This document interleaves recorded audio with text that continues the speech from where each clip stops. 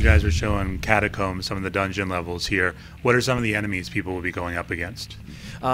This new level that we're showing in here today is actually taken, and it's suggested to be played roughly around the middle of the game. You can access it earlier if you want to, but it's quite tough at that time. Anyways, the new enemies that you're going to be meeting are new types of demons, like guys that are stronger, heavier, and actually have new moves up their sleeve, like fencing better than other guys.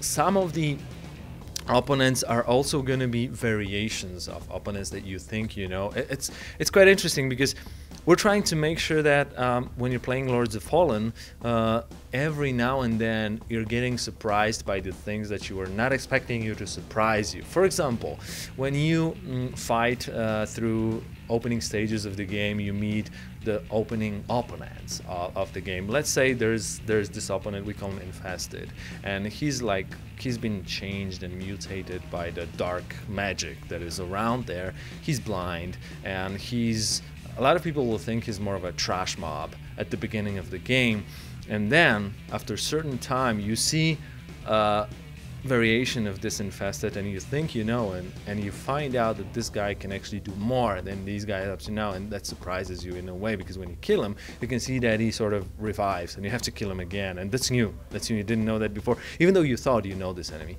And also, in the level that we were showing today, we also shown some of the non-humanoid opponents, which I think a lot of people will look forward to. So those spider enemy, actually, if you leave him alone, he can try to give birth to smaller spiders. He lays eggs, the small spiders hatch from that, and that's quite interesting.